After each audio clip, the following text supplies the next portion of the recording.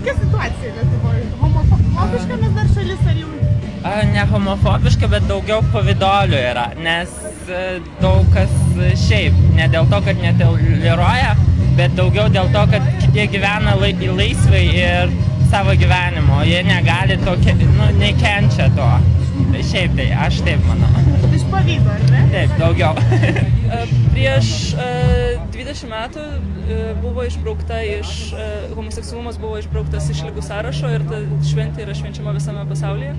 Tai va, dėl to ir susirinkom. Manom, kad Lietuvoje tai iš tikrųjų labai svarbu tą žinutę skleisti, kad tai nėra liga ir tie homoseksualūs žmonės, transseksualūs nusipelno gyventi lygiai taip pat kaip kiti. Patirima homofobija, taip labai.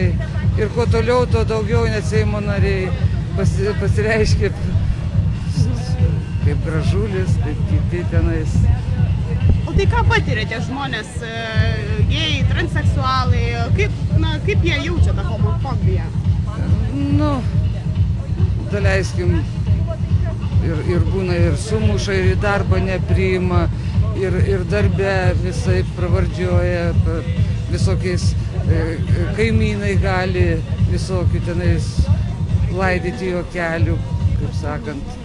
O taip, tai blogiausia, kad aukščiausi šalies vadovai taip pat homofobiški. Homofobija, transfobija, bifobija, manau, pasireiškia kiekvieną dieną. Tikrai dažnai LGBT bendruomenės nariai nesijaučia saugus darbovietėje, mokykloje, universitete, tai tikrai reikia, kad žmonės nebijotų, kad jie pasakytų, kas jie yra, kad jie nebijotų. Reikia daugiau laisvės, saviraiškos laisvės trūksta.